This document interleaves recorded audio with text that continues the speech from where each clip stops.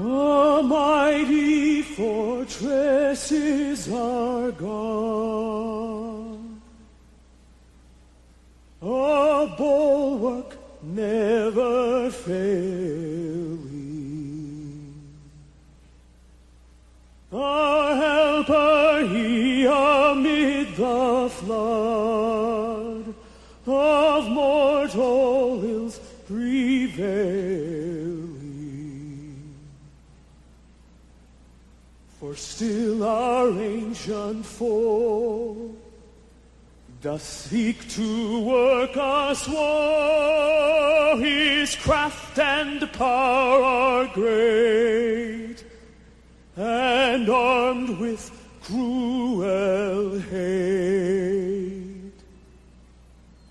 On earth is not his equal.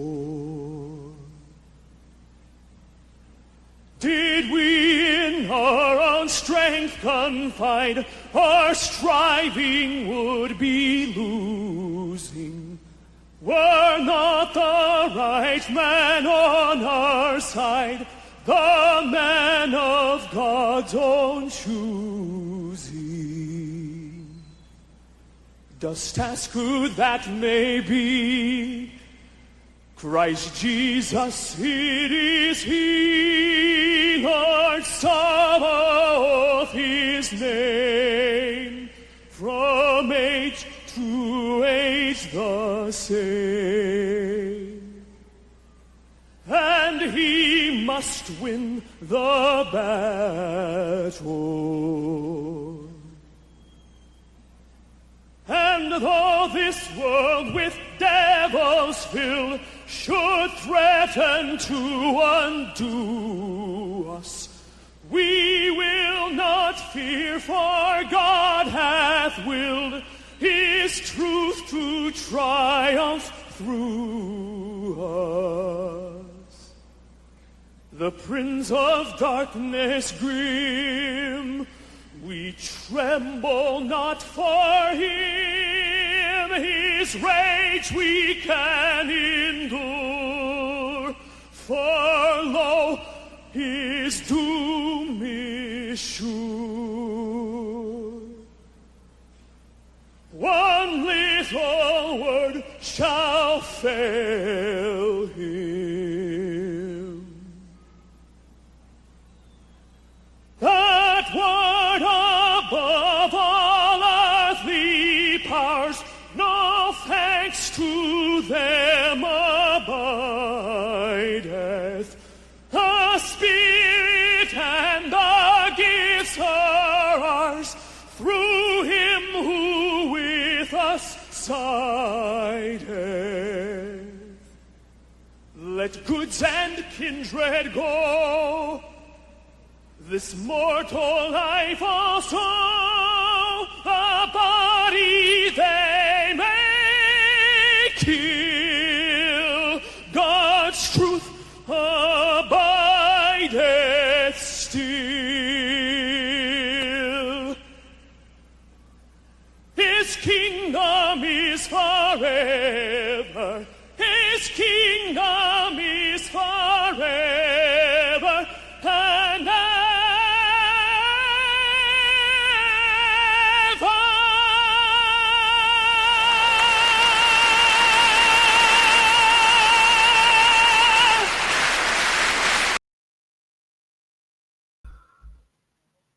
What a set of lungs in that fella, huh?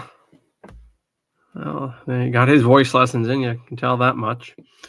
Hello, everyone. I'm John Coleman from ApocatastasisInstitute for the Humanities and Alternative College and High School here on New Milford, Connecticut, USA. The purpose of this august presentation is to learn about Hedonistic Puritans, America's Reformation Legacies. We'll get our nice background music queued up here, and we will go from there. That's Steve Green. He was a singer. I don't know if he's still about, but he certainly was a singer in the 1980s, and that was in a stadium. Speaking of American religion, which we're looking at, that's a great modernization of the old tent revival, isn't it? The use of the sports stadium for religious events in our day. Well, what shall we have for the background music? I have all these options here, and of course you never can find the one that you're after. There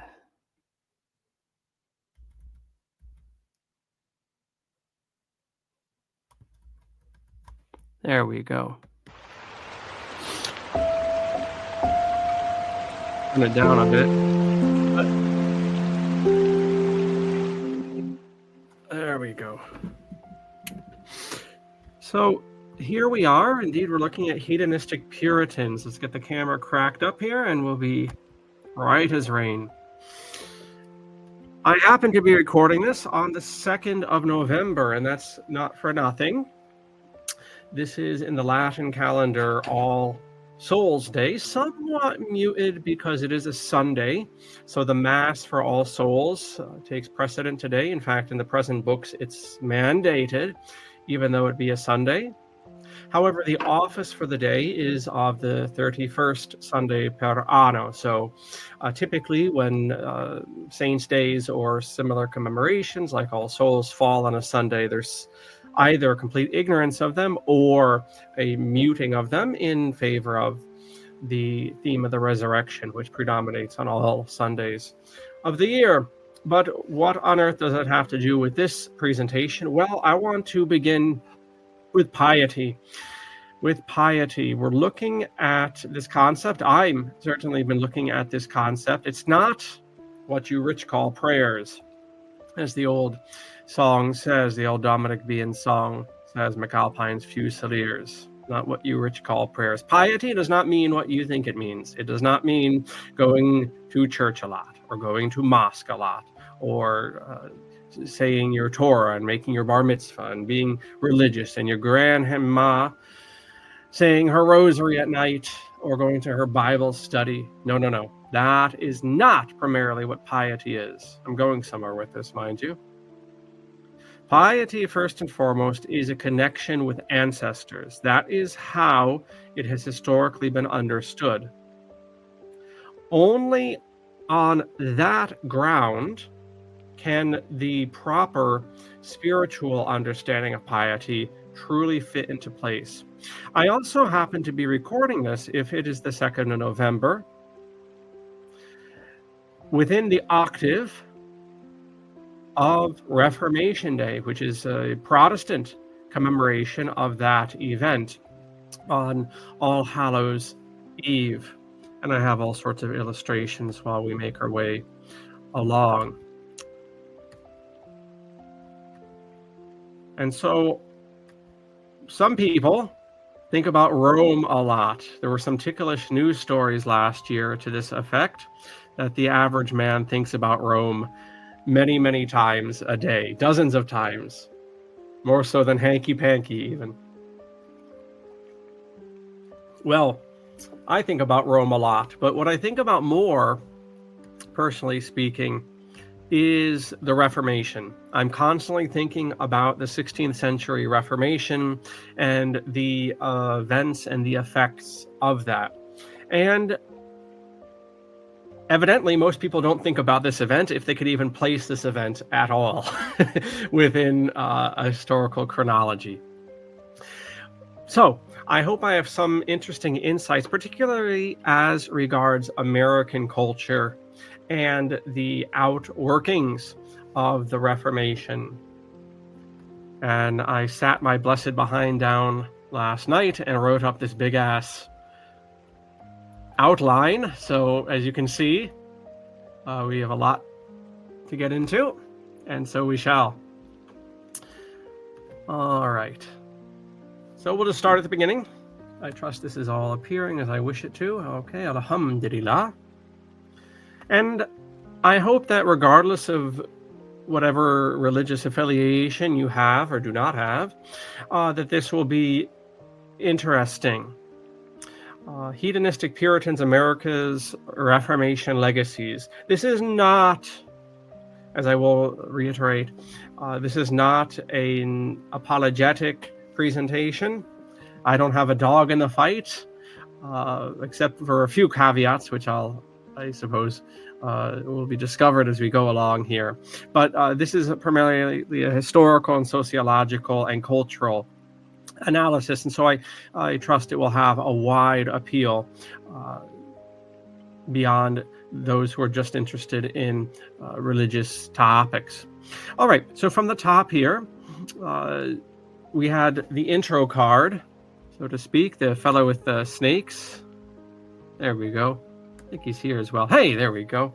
So we know the snake handler is an Appalachian staple, and of course it comes from a very literal reading of, I believe, the end of Matthew's Gospel, where Jesus talks about handling snakes and drinking poison and speaking in tongues and so forth for his followers filled with the Holy Spirit. And so in the best American radical tradition, and America is radical in its religion, if it's anything, these fine fellows out in Appalachia like to dance around with snakes for their church services. Must be a lively thing altogether. So we'll see that in our presentation, the extremism of America. That's not altogether a bad thing, but like anything in this fallen world, it has its dangers.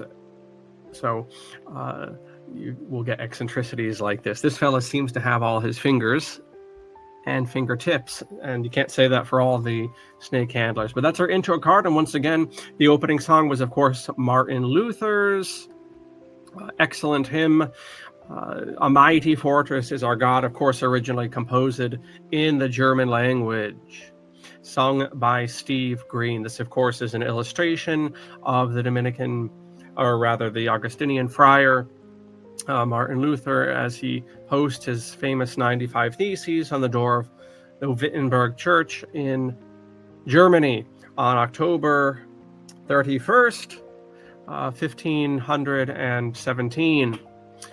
This again is the date that Reformation Day holds on the Protestant memory. Okay, well, you never get away from these presentations except that you get a good advertisement for Apocatastasis. And as will be written in our newsletter featuring this presentation later on this day of recording, the 2nd of November in this year of grace 20 and 25, Apocatastasis is a school. First and foremost, we are a college. And if we do not have serious academics, we have nothing at all. We can have anti-authoritarianism, like a lot of what dares call itself alternative education has in spades. We can have philosophy out the nose. We can have divine office. We can go to the cemetery as we will this month, and we can pray for the dead. We can have a Fearology center. We can have a great interview series. We can have a naturist club. We can have a homeopathy class. We can have a store. What marvels we have at Apocatastasis. But if we do not have academics, we have nothing at all. We might as well fold up and go home. We must have excellence going forward, and I wanted to highlight that in whatever weak way I can in this presentation. Alternative education is very good for rhetoric. I think I have a flavor for that myself, and for stepping on toes, and I would have it no other way. But fundamentally, the only schools that are going to survive in the years and decades ahead, the only formal schools, classrooms that are going to survive are going to be schools addicted to academic rigor and excellence. And that's what we're offering, and that's what I'm trying to, in my own weak way, highlight in this presentation here. So towards that, we have the School of Arts, and towards the religious and historical focus here, we do have any number of theological courses, and looks at things like Catholic social teaching, the principles of the liturgy, the introduction to the Holy Bible, and all sorts of other classes, sacred and profane. This is more on the sacred side of things. The School of Theology, I should have said earlier on, we do have a School of Arts, School of Theology, School of Arts, School of Sciences. All right, so why don't you check that out, and we would love to have you in one of our private classes. And of course, beyond just the information, which you can get in spades from your library, from the radio, from the internet, you have endless data. What do schools provide? Interaction with other learners that cannot be replicated elsewhere, and the scaffolding of knowledge. That too cannot easily be replicated elsewhere. You're not going to really stumble across that. And so you'll do what most of us do, which is just monkey branch from one link and book and movie to another and have no unifying vision. That's what schools can offer, a unifying vision of knowledge, organized systematically. All right, so there's your advertisement, and now we move along here. So what was the Reformation? Indeed, I joked before that most people cannot place the Reformation, let alone define it. So by the Reformation, we mean the 16th and 17th century shattering of Christianity in the West, or what's called Catholicism, into many more slivers. In fact, thousands of slivers. It needs to be understood very distinctly going forward, because I will have a rather negative appraisal of the Reformation, that my critique does not stop with Protestants. I am just as critical of the rump of Christianity which carries on and dares call itself Catholic after the Reformation as well. And as we'll find out, and as I hope I can make the claim, what calls itself Catholicism after the Reformation itself is completely different than what comes before.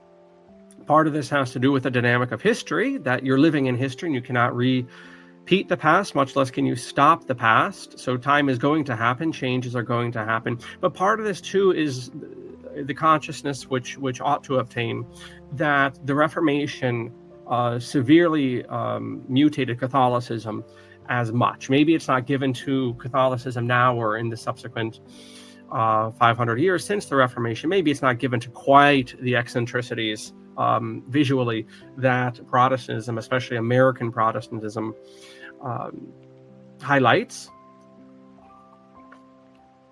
maybe somewhat endearingly in its earnestness. But nevertheless, Catholicism is just as much a participant, a mutilator of Christianity, and shall we say, a tragic companion in the Reformation as what calls itself Protestantism. So I'm equally laudatory about these groups, but I'm equally critical about them as well. So anyway, I'm not just picking on the Protestants. Also, just on a grammatical note, you might notice that I never, in this outline or in any of my writings for years and years and years, I have never capitalized the noun Protestant. And I'm not being passive aggressive. Protestants themselves did not capitalize that noun until the 20th century. Interestingly, Protestants may have referred to themselves as such prior to the 20th century, but they did not refer to themselves typically as Lutherans and Calvinists and Anglicans. They would typically refer to themselves as evangelical Catholics or Reformed Catholics or English Catholics, as the case may be. So it's interesting how the language changes. Those ideas of Lutheranism or Calvinism are and calling yourself such are actually quite recent phenomena in Protestant communities. So once again, to reiterate, this is an historical and sociological presentation. This is not an apologetical or theological one. And again, I'm not being passive-aggressive when I do not capitalize Protestant. Because after all, I mean, speaking about what is the Reformation to this bullet point atop the page, and what is a Protestant? A Protestant is a non-canonical Christian, right? So any Christian that's outside the canonical structures of that is to say, the legal structure of either the Catholic Church of any of its 24, it lately added a rite, the Ugandan rite. So the Catholic Church now consists of 24 sub-churches as of the last 5 years or so. A canonical Christian would be a member of one of the 24 Catholic communions, the Catholic rites, if you like, or any one of the Orthodox national churches. Those would be canonical Christians, legal Christians, if you like. A Protestant, and one of the reasons the noun, or I suppose the adjective at a certain point, was not capitalized is because they're not part of at least at one point in their history, not part of a legal body. The whole thesis was like they were just verbing Christians outside of the artifice of the canonical structure. So anyway, that's why we don't capitalize the P in Protestant. That's a historical point there. It's historically correct. Okay, so I have all sorts of points here about the legacies of the Reformation, but I really should develop this point just in terms of more than an elevator pitch, less than a class. What was the Reformation for those of us who are a little bit rusty on the history and a little bit more depth? I say it's the shattering of Christianity. I could use some other language as well, but let's be sober and just take a few minutes to talk about what was/is the Reformation. It's an ongoing process, certainly an ongoing process in these United States, sometimes rather bizarre fruits from this process. But you'd have it no other way. Okay. So prior to the 16th century, Christianity, East and West, was a communal concept, meaning one belonged to a church, Orthodox or Catholic. Those were the names of the two main divisions, although there were other groups that are sometimes called Oriental Orthodox, that is to say, Christian communities that grew up from the time of the apostles outside of the Roman Empire. So this would include the Armenian Church, the Coptic Church down in Ethiopia, as well as what's called, perhaps miscalled, the Nestorian Church, or the Church of the East, which is a Christian communion which at one point went from Baghdad all along the Silk Road to Tibet. In fact, as a great book, I believe the author's name is Stephen Pothero, from my wet brain and my old memory. Stephen Pothero wrote a book called The Lost History of Christianity, as Stephen Pothero writes, detailing the Church of the East, the Nestorians, whatever. They also call themselves the East Syriac Church. It's all the same group.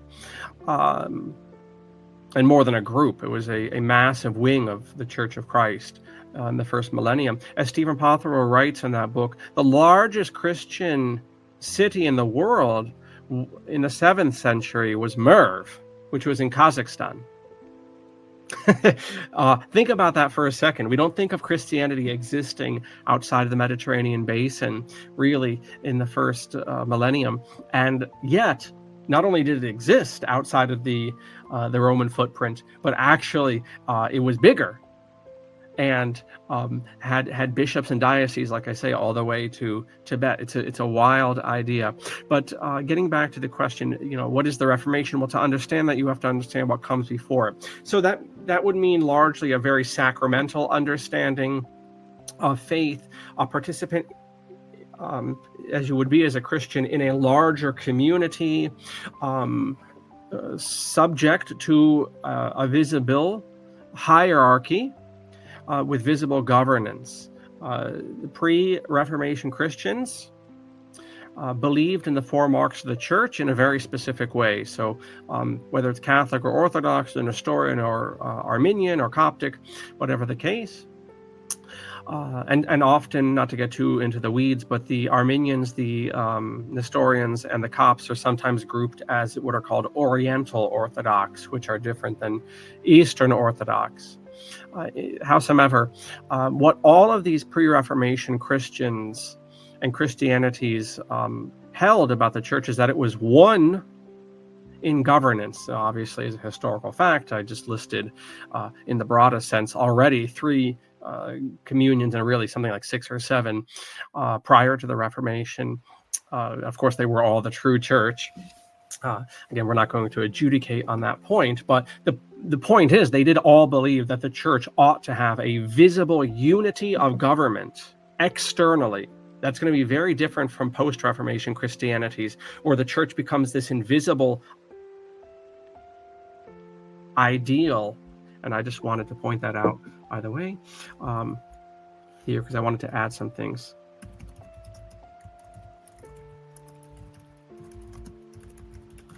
And that's one that came to mind just now.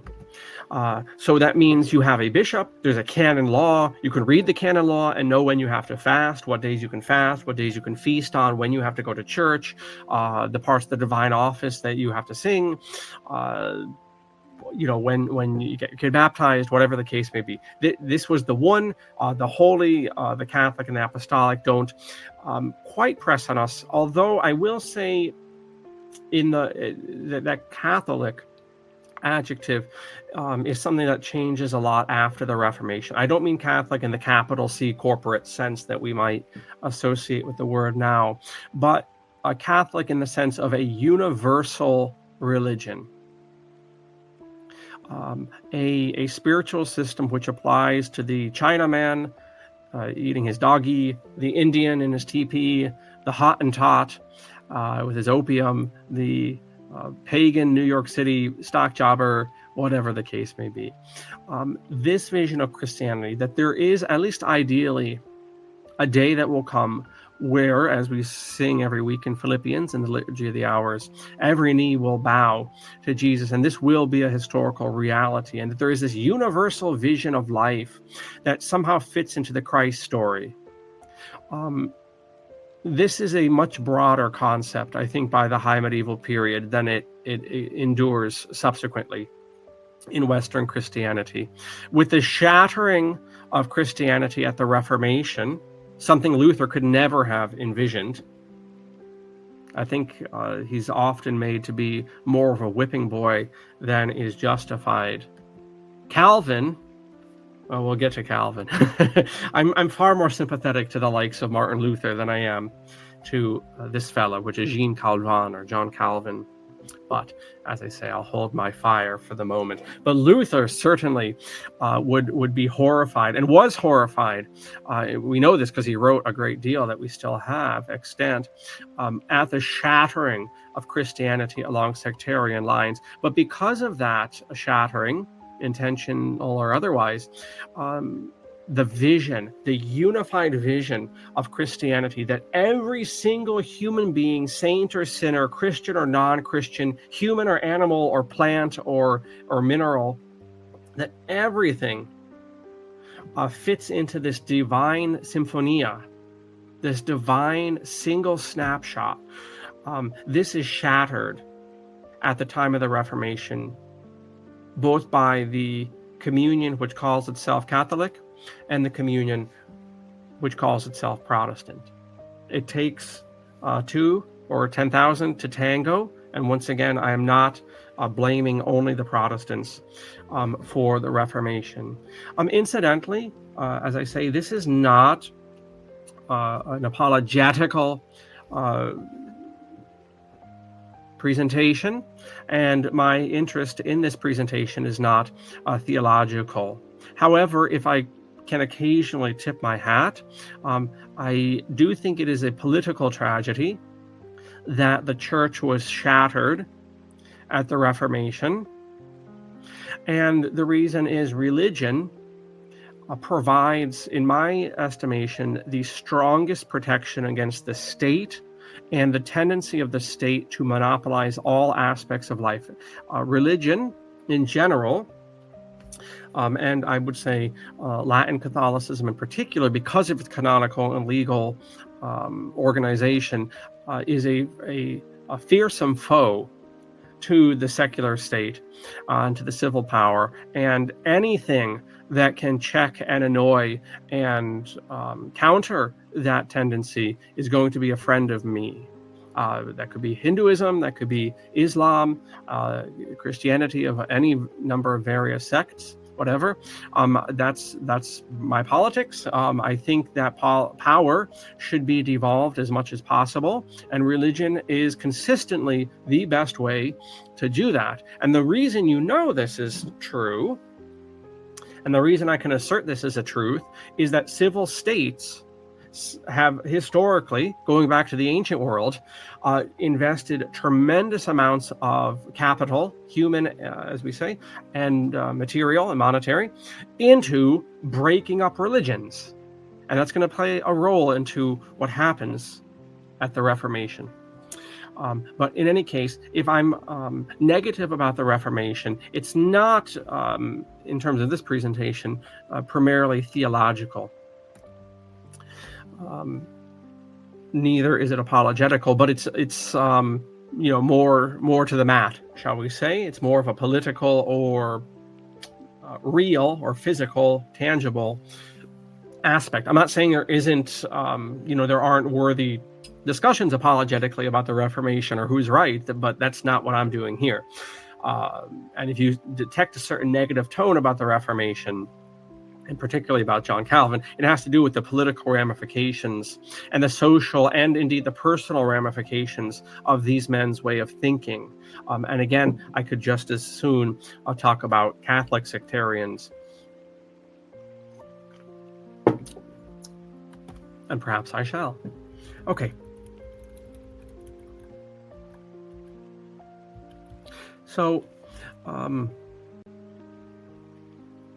all right, so I've made my first point there. Neither Catholicism nor Protestantism represent the legacy of the church pre-Reformation.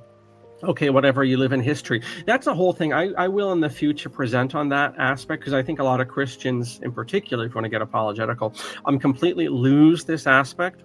That orthodoxy, which doesn't feature that much in this presentation, Catholicism and Protestantism, which we nowadays would consider the three main branches of Christianity, they, in effect, they basically represent the three-legged stool that at least nominally is asserted by Catholicism. So orthodoxy would represent tradition in Christianity. Catholicism would represent the magisterium and lean into that concept, the visible teaching authority now. And then Protestantism, in its part, would represent the vitality of the Holy Spirit and God acting in this moment, right now.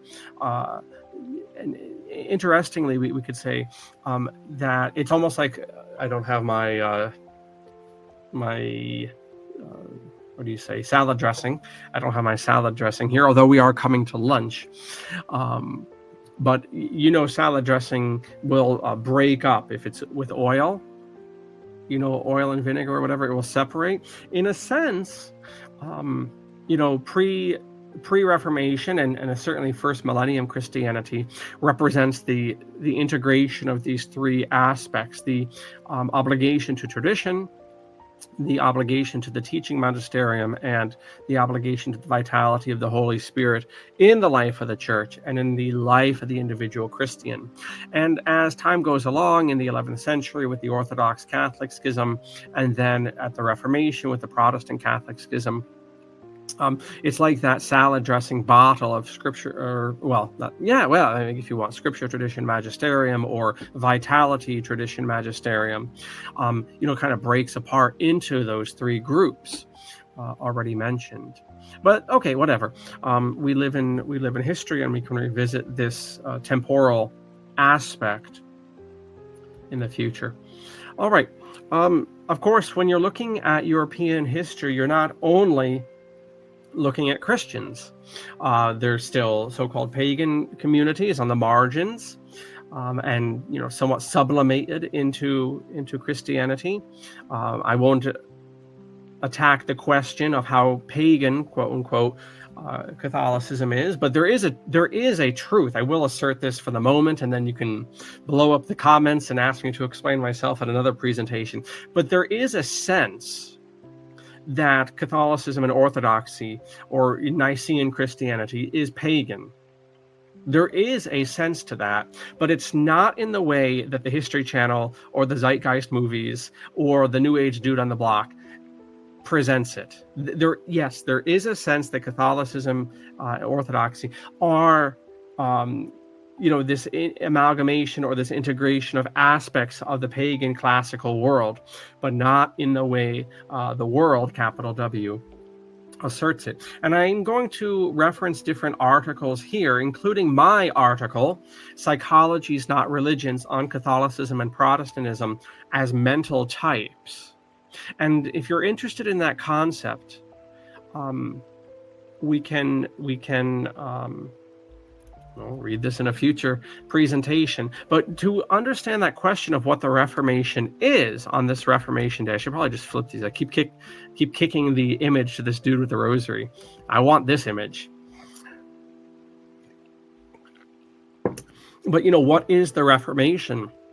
Speaking of salad dressing and analogies like that, of separation of the oil and the vinegar, Catholicism prior to the Reformation is like this salad dressing bottle, shaken up not between vitality, tradition, magisterium, that I used already, but also, yes, focusing just on the West here, Catholicism is the merger, as I fundamentally argue in this essay from the Postil. This article and a couple others I'm going to reference will be down and below in the description there. But another use of this simile of the salad dressing bottle is also Catholicism is this mixture of paganism and the Hebraic mythology of Jesus and the Bible. And of course, when I use mythology, I'm not just saying a made-up story. You all know that because you know history, you're historians, you've studied at ApocatastasisInstitute. You know the word mythology doesn't mean made-up fake stories like Joe Blow on the street thinks it means. Like TikTok and Twitter use that word mythology. We know as historians that mythology simply means a story of significance to a community. So when I say the Hebrew mythology or the Jesus mythology, I'm not saying that these are false. I'm not saying they're true either. But what I am saying is that these stories have a profound effect on Christians. So I just wanted to be understood in that use of the word mythology. But yeah, Catholicism does represent the merger of the classical. Where's our Aeneas here? Here's Aeneas, by the way, if you didn't get the reference. This is Aeneas from book 3 from the Aeneid, when Troy is falling. Although this is a Spanish painting, a modern Spanish painting of the fall of Troy. You can see Aeneas with his father Anchises and his son there leaving the city. You can see the woman, if you follow my cursor, you can see the woman crying. This dude doesn't know what's going on. He's just fought for a city that's collapsed. I do recall from the Aeneid that this happened at nighttime. Maybe this is dusk or something. I came across this painting lately. I'm going to use it actually for my book on piety. If it is a book, it will certainly be an article. This is going to be the cover image. I really like this image. Now, this is a scene that's recounted and has been recounted for hundreds and thousands of years in art, but I find this one particularly well done. Modern that I am, I suppose. But in any case, Catholicism does represent the unblinking and unapologetic embrace of the classical world and the merger of the Hebrew moral and religious system. And what happens at the Reformation is that these two diverge.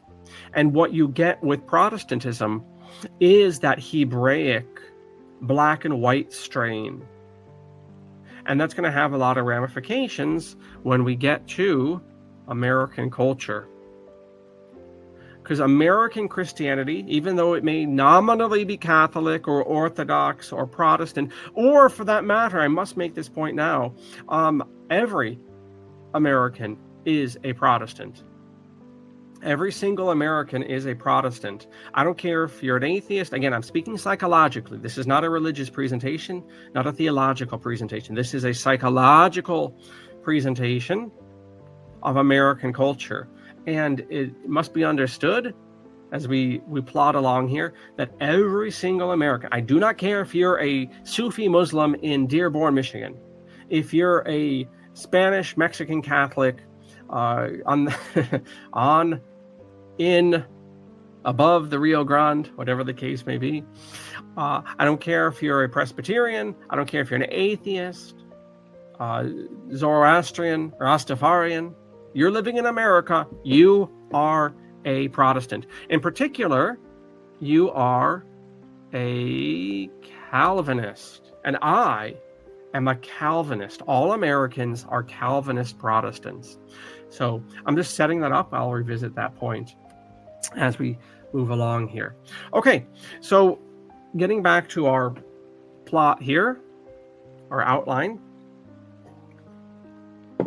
The Catholic vision of Christianity, especially in the West, had been growing. And one thing that is peculiar to Latin Catholicism is not just the unity of government and the visibility, but very much from the classical world, the idea that there's this centralizing tendency. And so you see this happening, especially after the Great Schism of 1054. Although the Orthodox, by the way, would rejoin the church in the 15th century. So it's not true that the Orthodox are the church of the first millennium, as they often like to say. I need to avoid my apologetic streak here. You must forgive me. But the Orthodox churches did come back several times since 1054. So why is that? Because the Orthodox also represent this classical understanding, this primitive understanding of Christianity. And there's this tendency, as you might know from Roman history, secular pagan Roman history, to conquer the world. If you haven't picked that up from pop culture, I don't know where you've been. Well, that does enter the Christian vision, and it merges rather nicely with the parting words of Christ to go and make disciples of all nations. And so in a roundabout way, because of, basically because the Latin Catholic Church, the Latin Rite of the Catholic Church, was the last department of the Roman Empire to keep functioning. When the rest of the West, try saying that 10 times fast, when the rest of the Western Roman Empire collapsed, the Catholic department, so to speak, like the DMV or the Park Department. Can you imagine that? If the entire state of Connecticut dissolved, which I would be a proud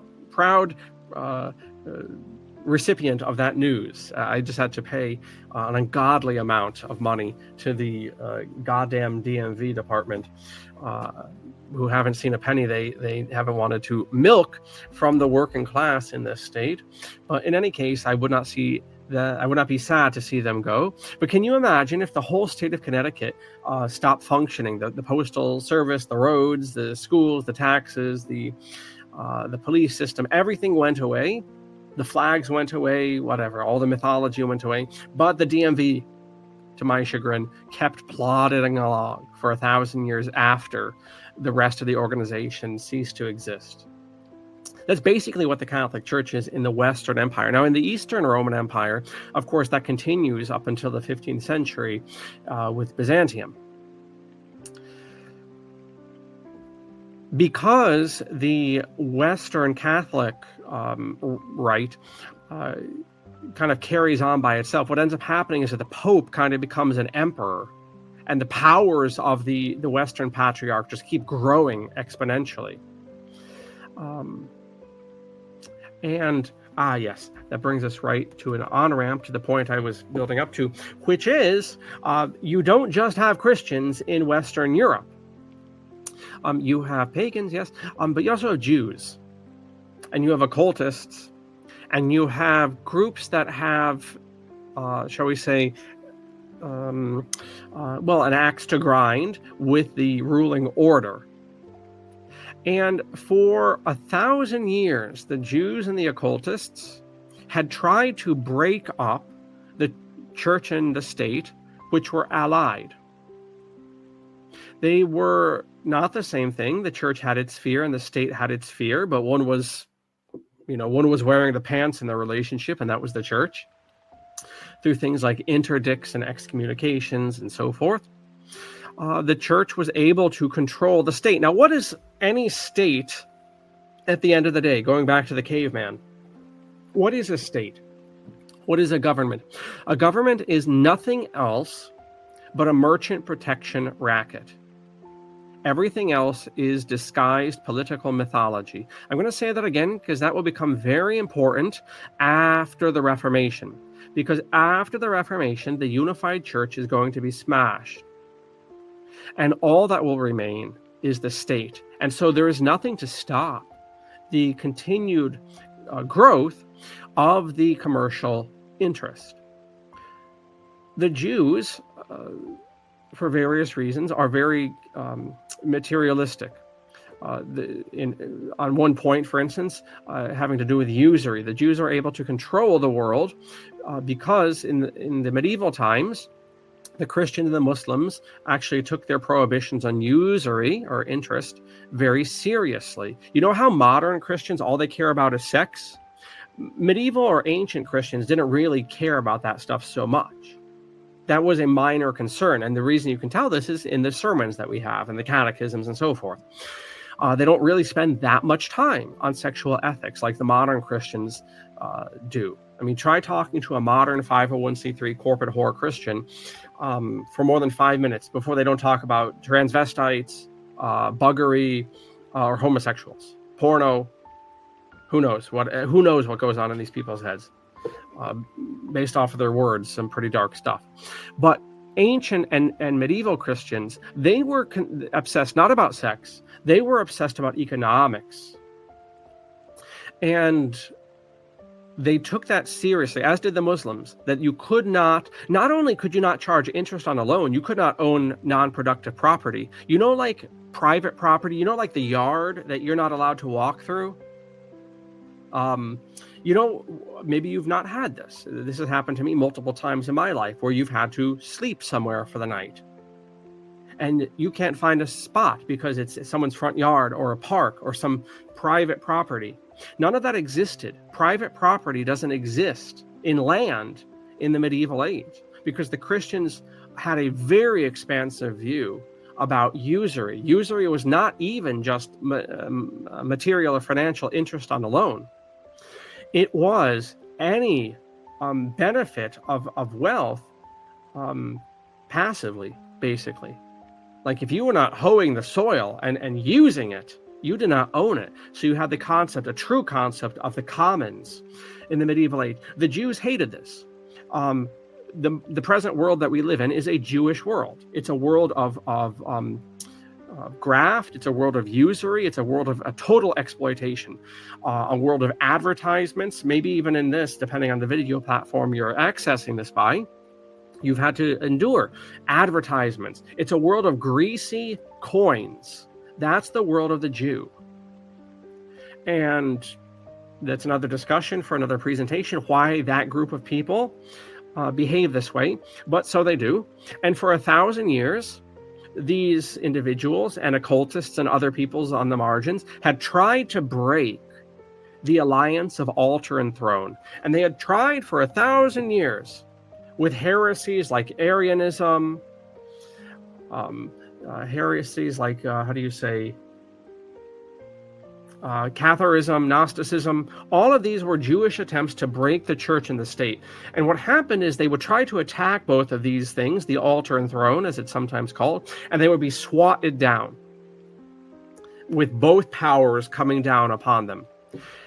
And eventually the Jews figured out, and their other fellow travelers, that they had to, if you're looking at my cursor, I'm going down the list here, they had to attack one power at a time. And that's what the Reformation is behind the scenes. So superficially, you have individual religious Christians who have gripes with the governing structure of the church, and that's what's going on.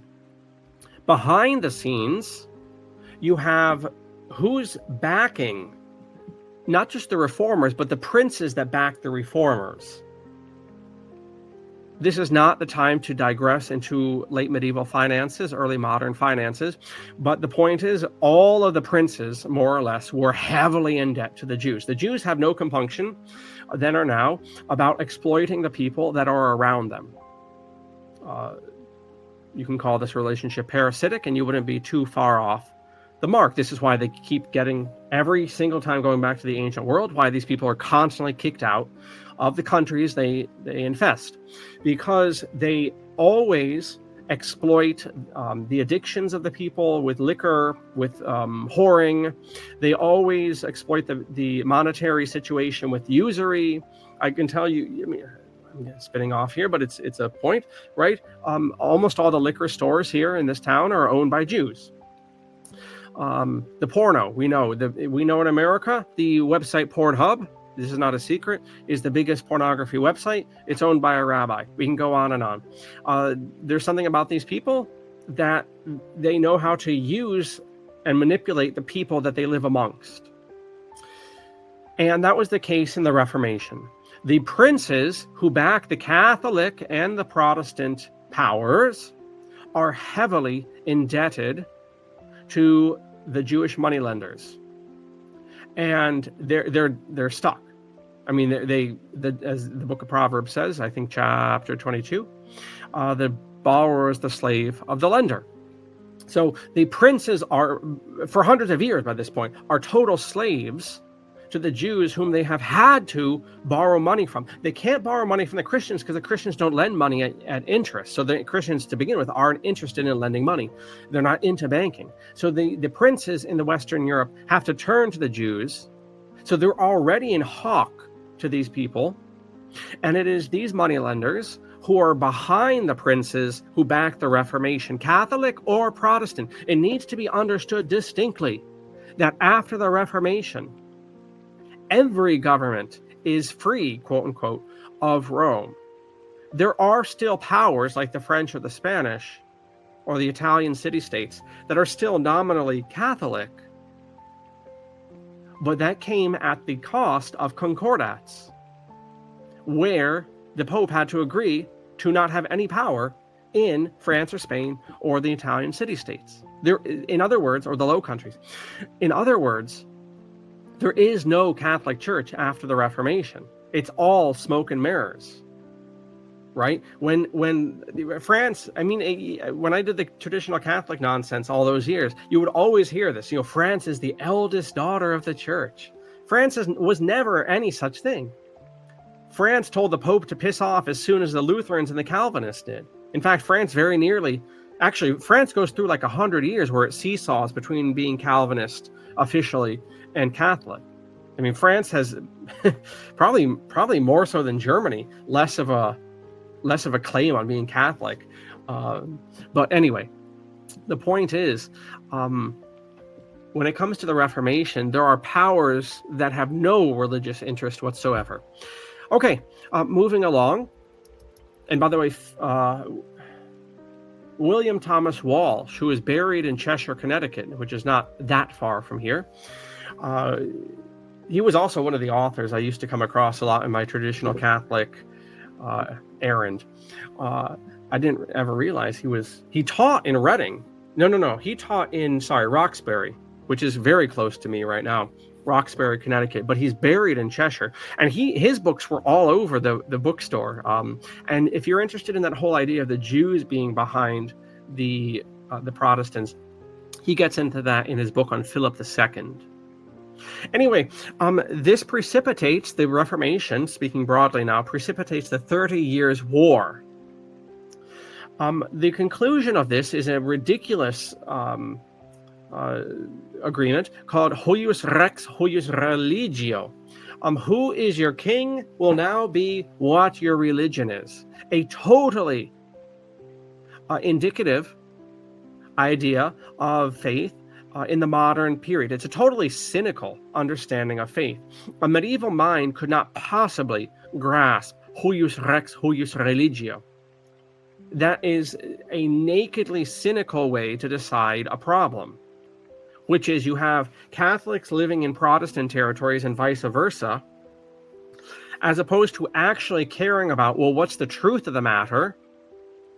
We're just going to not talk about it, and you can move to territories that have your religious convictions. It's an absurd, again, I'm tipping my hat, I suppose, philosophically here, but it's an absurd settlement, but it is perfectly modern. As historians, good or bad, it is a perfectly modern solution. And it's a perfectly cynical one, and it fundamentally, you cannot agree with huius rex, huius religio, except that you do not take claims of faith seriously. Hence, modern secularism is growing. The fact that that becomes a maxim in modernity. And then, of course, you have the Treaty of Westphalia, and I'm not too big on dates, but I'm going to type it in here. This is 1648. It is a landmark year, a watershed year, whatever simile you want. 1648 is an absolute turning point in Western history, the Treaty of Westphalia, which is effectively after 1,200 years of priests having the upper hand and the official visible church having the upper hand in affairs of state and having a dominance over the civil power. The Treaty of Westphalia mentally, which canonizes huius rex, huius religio. The Treaty of Westphalia 1648 fundamentally is the transfer from the from the religious priesthood of the Christians to the secular priesthood of the occultists, who are called attorneys. So this is the rise of attorneyism, barratry, the Treaty of Westphalia. We're now secular priests. What is the sacrifice and what is the congregation and what is the interest of the new attorneys? The attorneys become the priests after Westphalia. You don't care when the fasting days of your church are. You don't even know it. Your ass doesn't go to church on Sunday, and you don't know the canons or the anathemas of your religious community, but you sure as hell know what the attorneys in the Bar Association and the state of Connecticut and Hartford say. And you and I have seen this. People who don't give a flip about God, they don't give a flip about their pastor, their imam, their rabbi. They don't care about those. But you mention an attorney, you're going to get an attorney involved in something, and you watch them wet their drawers. Right. Why is that? Why is that? Because of the Treaty of Westphalia. The transference of social authority went from the Christian priests to the Freemasonic occultic priests, whom we call attorneys. That's what Westphalia is. You must know this event. Okay, so with Westphalia, and again, we're all building up to American religion and why it has the characteristics it does. So with Westphalia, and after the 30 Years' War in Germany and the different wars of religion in France, the St. Bartholomew Days Massacre, all of this sea-song that happens in England, you can listen to a fun folk song called The Vicar of Bray to understand in a humorous way the sea-song that happens. All of this eats out, of course, the faith of the Christians of Western Europe, Catholic or Protestant. They say that you can have a religion that breaks into two.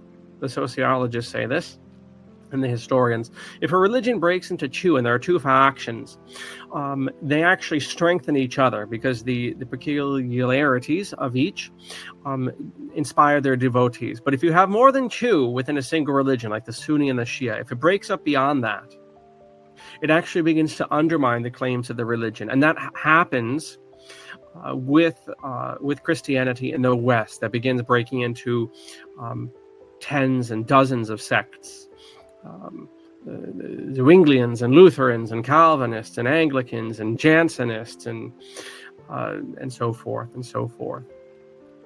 And as I say, fundamentally, Catholicism in France and Spain and Italy and the Low Countries are all four different things as well.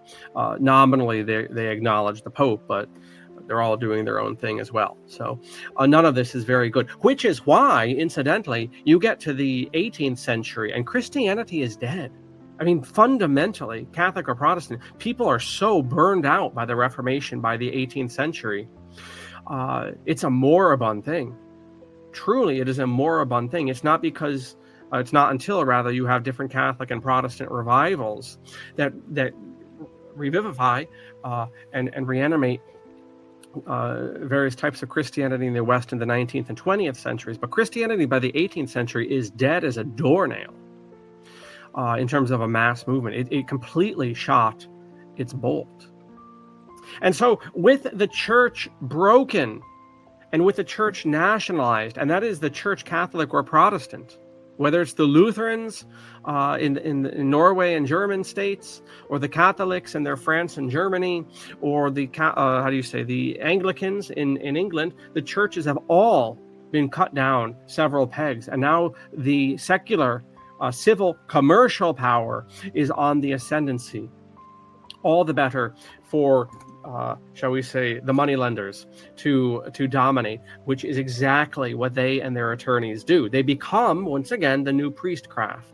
The secular commercial priests replace the religious priests and pastors of days of yore.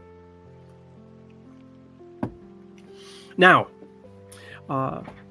building up to, again, various trends we see. At the Reformation, there is an exaggeration of Augustinianism.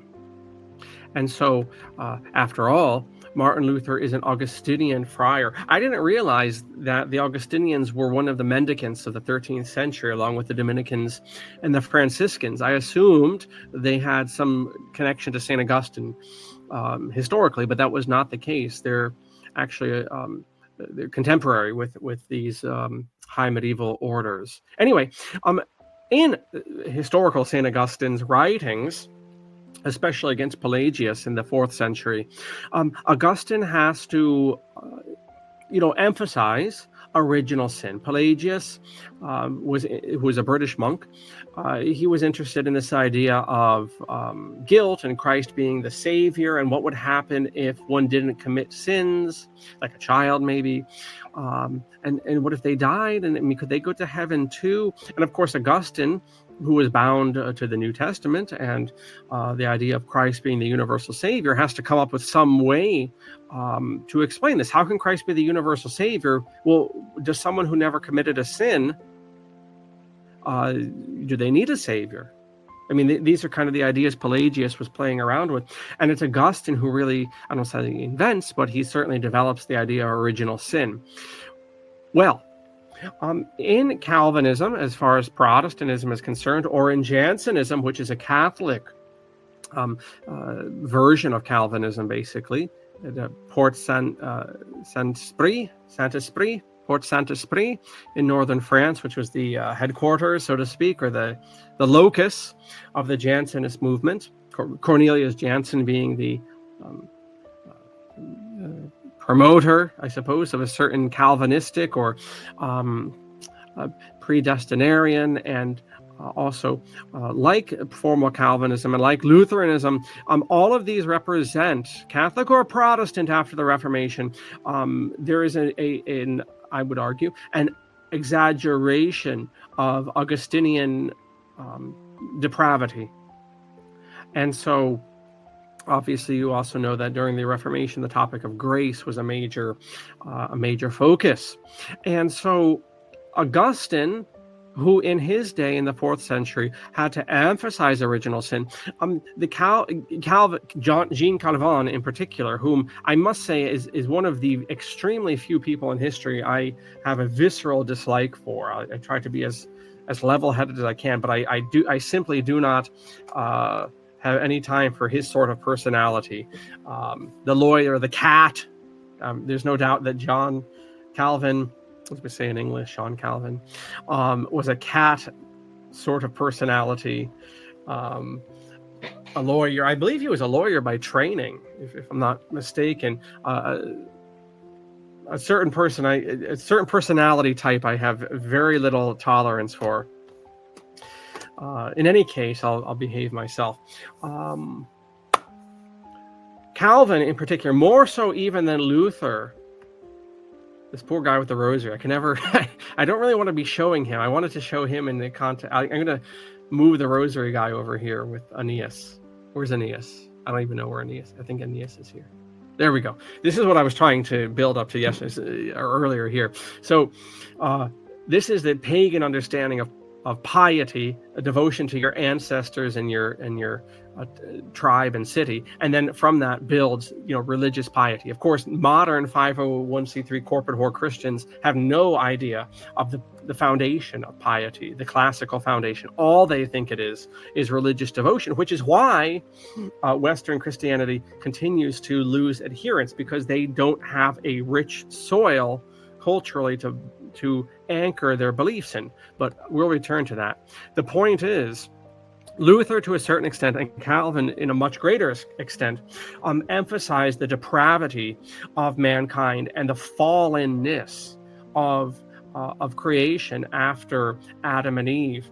And if you might argue that the modern West is hedonistic, as this title of the presentation has it, the hedonistic aspect, and we don't acknowledge sin at present as even being a reality, well, I would argue that the opposite was true with the Reformers, Catholic or Protestant. They overemphasized original sin, and part of that includes, vital to understand America, part of that includes human reason. In all of the reformers, I would say especially in the Calvinistic strains, which become so prominent in these United States, and we say that John Calvin was the founder of America, even though he never stepped foot here. He is the psychological, the spiritual founder of all Americans. And Calvin in an extreme way, and Luther in a lesser way, and the other reformers to some extent or another, all of them exaggerated St. Augustine and original sin. And so fundamentally, what that leads to, because all of this is basically an explosion, to my article here, I hope you read this and the other articles down below, Psychologies, Not Religions. All of this is at the Reformation. It is the Hebraic, us versus them, black and white. You're either with us or with the terrorists, or with us or against us. It is that type of thinking which has no place for nuance, which begins to dominate in Western Christianity. That's what the Reformation, Catholic or Protestant is. It is the explosion of the Hebraic, Semitic way of thinking. Prior to the Reformation, it was the Greco way, where there was this integration. Part of that has to do literally with living arrangements and the monasteries, which we'll get to.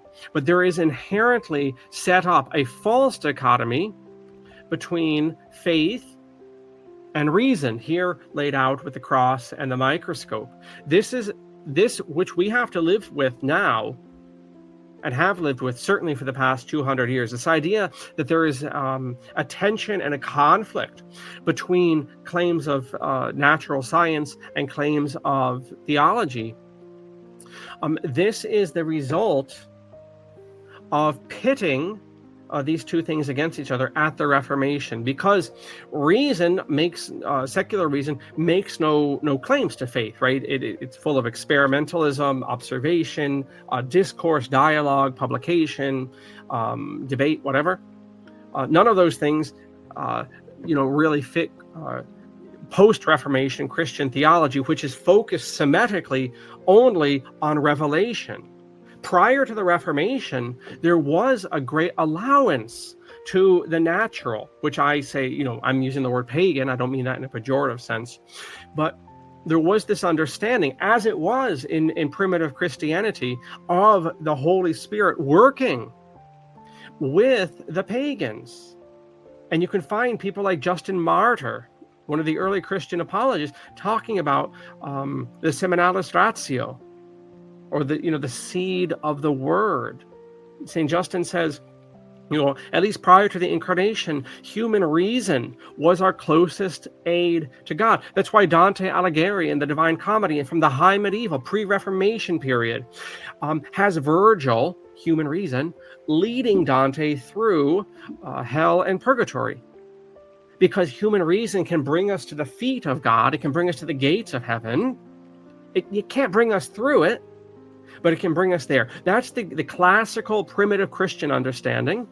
And that is blown sky high at the Reformation, where there's this hard break between Revelation and the rest of the world and the rest of creation. And it creates, I believe, tragically, this scenario of warring camps, which becomes the secular mainstream ultimately, and then this increasingly irrelevant rearguard action by various, frankly, sectarian, Judaized Christians in the West, Catholic or Protestant, doesn't really matter. I hope you're getting that point, because psychologically, certainly in the West, and certainly in these United States, all Americans are Protestants. And so, unfortunately, we have these false dichotomies between faith and reason. Okay, another outgrowth of the Reformation, this explains the growth of the civil power, is the ideal church concept. So that is, and I'm telling you, having mucked around in so-called conservative Catholicism for a large part of my life, so you find out it's not that conservative or that Catholic once you really understand the Christian tradition.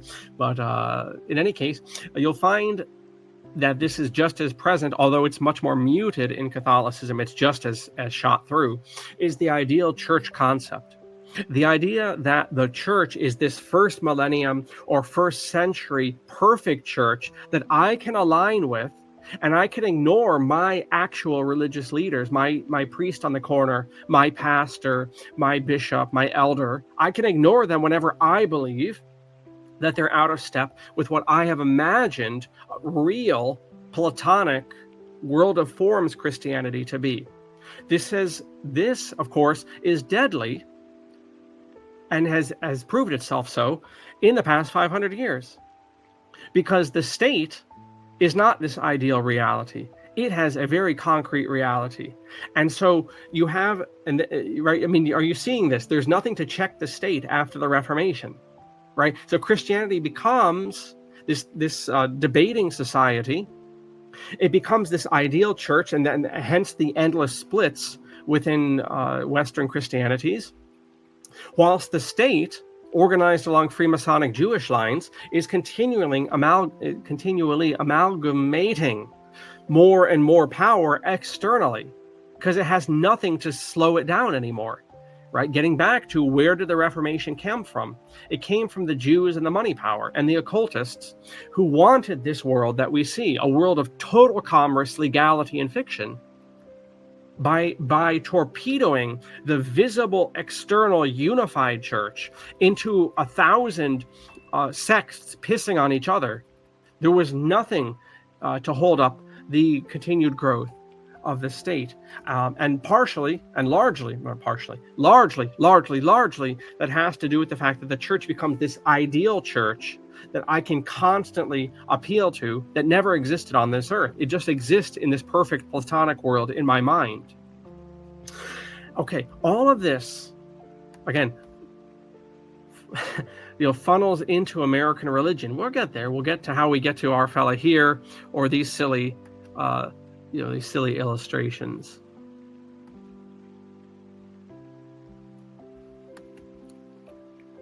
But the other thing you have happening, actually a little bit before the Reformation, is the dissolution of the monasteries, which we have officially beginning in 1536 through about the next 5 years. And this is the state theft under Henry VIII of the monasteries, kicking out the monks and the nuns. And I would say, especially in English-speaking culture, this has long and large-ranging ramifications. Of course, in France, this happens about 150 years later at the French Revolution, where the monasteries and convents are dissolved, and you kick out all of these monks and nuns. Again, this is the march of secularism. Prior to the Reformation, you had a massive part of society, ideally, according to the Catholic saints, 1/3 of society in religious life. I don't mean parish priests. I'm talking in a monastery. That was the ideal on the part of some saints, that 1/3 would have families, 1/3 would be workers and soldiers and things, and not have time for families, frankly. And then 1/3 would be in religious life. Get it? Threes, right? Christianity, Trinity, all this stuff. At the dissolution of the monasteries, whether that's in England in the 16th century or France in the 18th century, you have the secular growing power saying, F you will work, right? You are living in our Freemasonic Jewish plantation. Your ass is going to work. You're going to work for us. Right? You're not going to sit around thinking about Jesus and the Logos and salvation and nature and the redemption of Christ anymore. Get your ass to work to get us some more money. All right? The dissolution of the monasteries in whatever country, and this happens in the 19th century in the German states as well, with Bismarck and the Kulturkampf and things like that. In the 19th century with Italy as well, right? This is the march of secularism, right? Your ass is not going to sit around contemplating bumblebees and Jesus anymore. You're going to go work in our Freemasonic store and make us money so we can go fight our wars and conquer the world for the legal system, right? That's what we're seeing. You have to understand, behind the Reformation, deeper than the Reformation, deeper than the religious stuff, right? These guys are dummies, right? Luther, Calvin, don't like Calvin. But beyond that, these are dupes, right? These people are these are pawns of men behind them, the princes. These guys would not have gone 3 foot down the road if it weren't for the princes. But who's behind the princes are the Antichrist powers, right? That's behind the Reformation, Catholic or Protestant, are the Antichrist commercial Freemasonic powers. Okay, so now, well, before we get to the some ramifications, one other thing is the theft of the commons. This too is very peculiar to English society. I would be open to doing more research in other language cultures, but certainly prior to the Reformation, you have this happening with Parliament, and it continues actually into the 19th century, where Parliament more and more and more is privatizing land. Again, do you remember I said during the medieval period, you could not have non-productive private ownership? This was considered under the umbrella of usury, right? People really took these Christian ideas seriously. So the idea that every man is your brother precludes you, as a Christian or a Muslim for that matter, from charging interest to any human being on the face of the earth, right? People took that seriously, and that was the outcome of that. But part of that taking it seriously is also, you could not own, as I said, non-productive land. You can't just own, which is all over the place here. You know, you couldn't own, like, look at the businesses here in your town and my town. I'm signaling to the downtown district with my arm. I don't know if you can see it from the camera, right? This direction is the downtown business district of New Milford, and then across the river there, down Route 7. Okay, almost none of those businesses are owned by people, if they're franchises, who live in this town. And whether they're franchises or not, the buildings that those people occupy are owned by people in Pennsylvania, Canada, China, New York State, Florida, Mexico, right? Nothing here, next to nothing, is owned by people who live in the town. It's owned by strangers. In a sense, that's what the Reformation is. But that energy was building. That energy to break the church and to break the medieval humanistic order and humanitarian order that Christianity brought on, and that Islam brought on, and Hinduism in its place. Right? I'm trying to be ecumenical here, though focusing on our part of the world and our part of time. This had to be broken by people who wanted to have absentee landlordism and occultism and legality, right? You had to break the church. That's what the Reformation is. Regardless of the dupes, innocent men, however unpleasant, regardless of their intentions, that's what was going on behind the scenes. And part of that was the theft of the commons. You had to break up the common land. Prior to the Reformation, you could sleep on any non-productive land. You didn't have to pay some bastard landlord, go sleep in a house. You could just build a house in a field. You could start a little tract to get food for yourself. Now, if you want to make money selling food to other people, that's another discussion. But to feed yourself, to hunt for yourself, all of this, to sleep for yourself, all of this was this idea of the commons, which prevailed prior to the Reformation. But I should say, prior to 1517, you already saw these energies moving, because Parliament, so-called Catholic Parliament, was already starting to break this up. Ultimately, this will lead to the tragedy of the Irish potato famine, and the building up literally of walls between the different fields and so forth.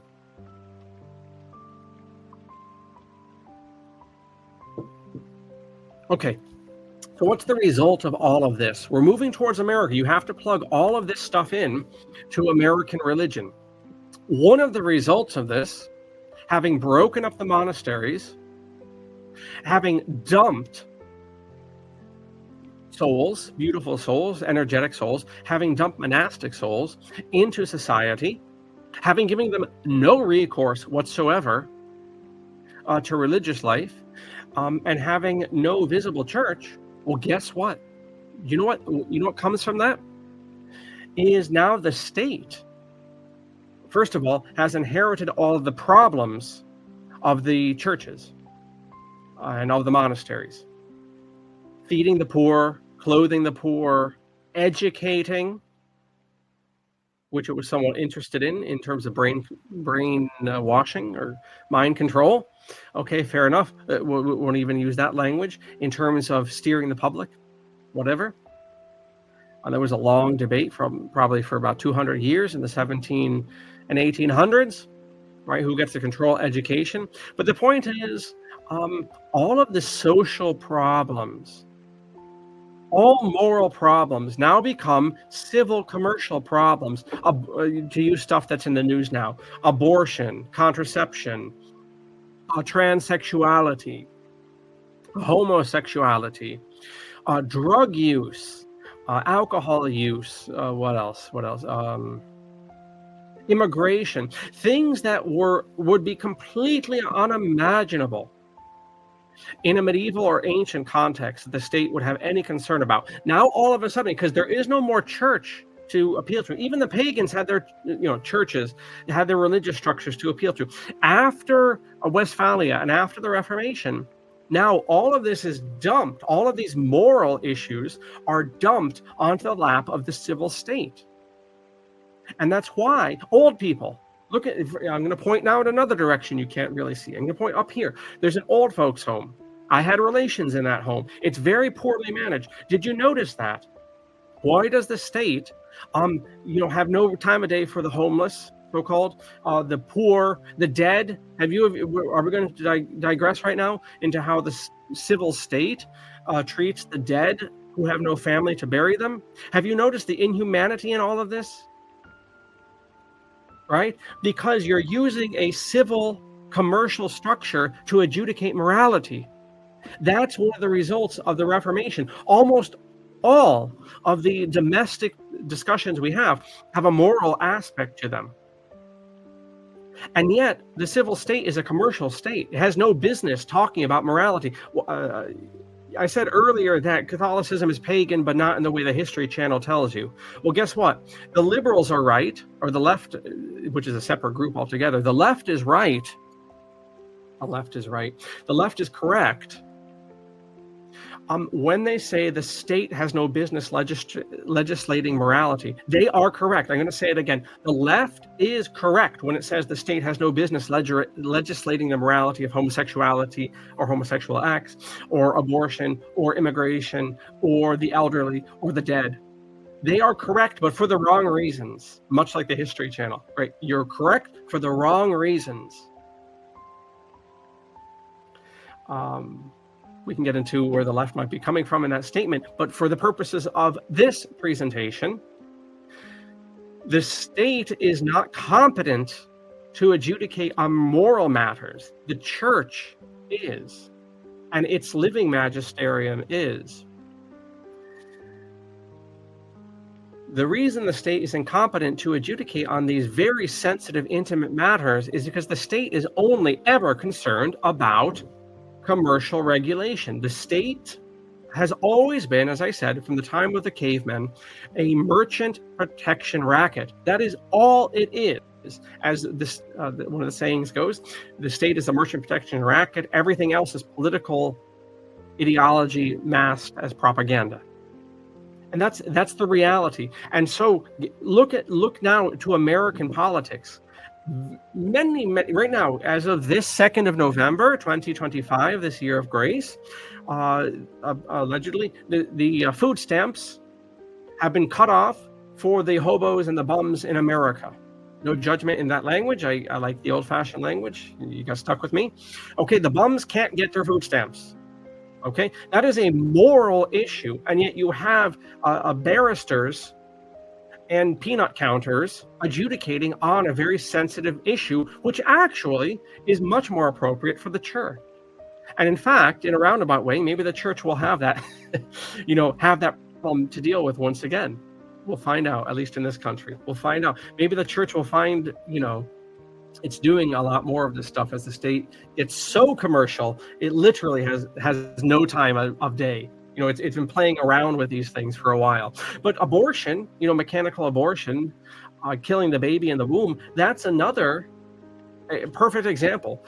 The state has no business adjudicating on that. Not for the reason the left says, my privacy and all this garbage. But I'm really violating my objectivity here. You must bear with me. But they're right. The left is right for the wrong reasons on this point, meaning,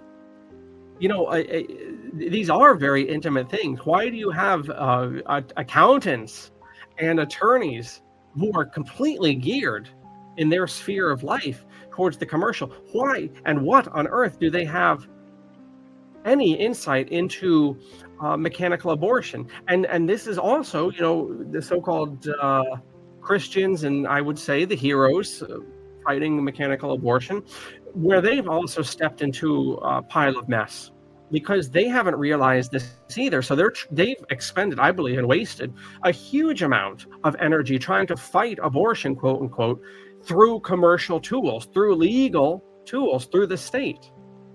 And it's literally the blind leading the blind. We don't realize the deeper disorder of this whole discourse of trying to use Masonic, occult, commercial parts of society to regulate godly morality. And that's one of the legacies of the Reformation, especially in America and the larger Anglo sphere.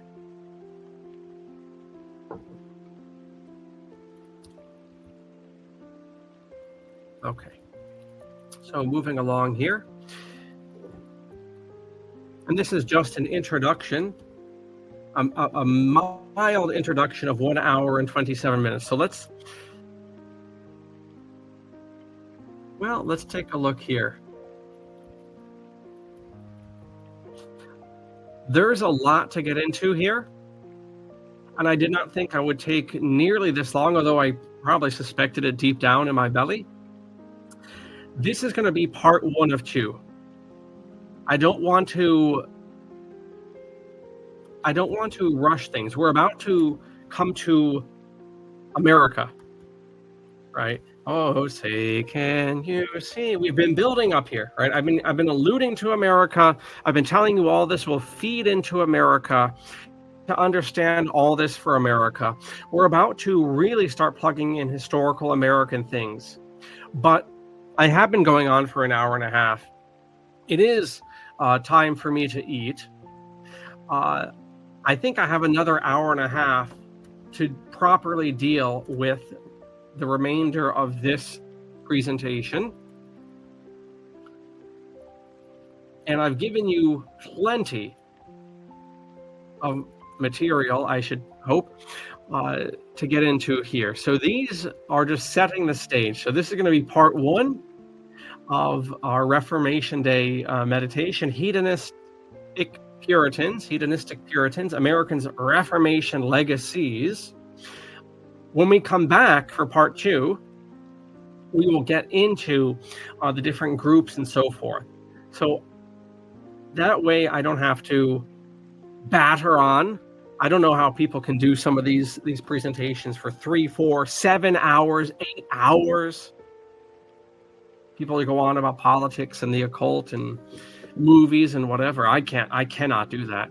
I'm having fun with this, and I could go on with a lot of fun for another hour and a half, but the day does wane. But in this presentation, besides all sorts of standalone references, just two here. So one of which is down below. I'll save the other essays for, again, part 2. But the one that I did reference, before you really hit American culture, you have to understand the European Reformation, which, of course, affects us. So one of which is my Postil article, Psychologies, Not Religions, on Catholicism and Protestantism as mental types. I will link that below. The others will wait. The other essays will wait for a future recording. And then finally, as we knock off, here is our School of Theology page. And if you're into this and these deeper looks at faith and history, faith in society, and the intersection of various things, you have all sorts of courses before you: Christian history and ideas, Catholic social teaching, etc., etc. Intro to the Holy Bible, intro to the Ante-Nicene Fathers and Post-Nicene Fathers. We have a lot going on because, as I began this presentation with, and cannot get any more clear on this point, rhetoric will not win the day for the schools that will survive the coming decades. Anti-authoritarianism, which so dominates our discourse, will not win the day. All sorts of ancillary works, like with Apocatastasis, will not win the day. What will win the day is serious intellectual fodder. And that's what you're going to get here. And that's what you're really going to get in our enrolled classes. So please do consider that. It's a great way to support the school. With that being said, thank you on this All Souls Day. To consider piety, true piety, Christian piety, growing out here. Pagan piety can only enrich Christian piety. You're going to hear me talking a lot about that virtue of piety. Also, All Souls Day is a pious observation. Well, we're also in the octave, so to speak, of Reformation Day. Whether we have our likable Luther and, in my opinion, very unlikable John Calvin, whatever the case may be, we have plenty of cause to explore the Reformation, especially as we build towards these United States and the meditation on the civil religion, and indeed why American religion is so profoundly bizarre at the end of the day. All right, it's been fun. Please check in for part 2, and I wish you a good day and a good day learning. So follow up on some of these, including Psychologies, Not Religions. And with that, thank you so much. Salama, peace be with you. Dominus vobiscum. Assalamu alaikum wa barakatuhu. Valete.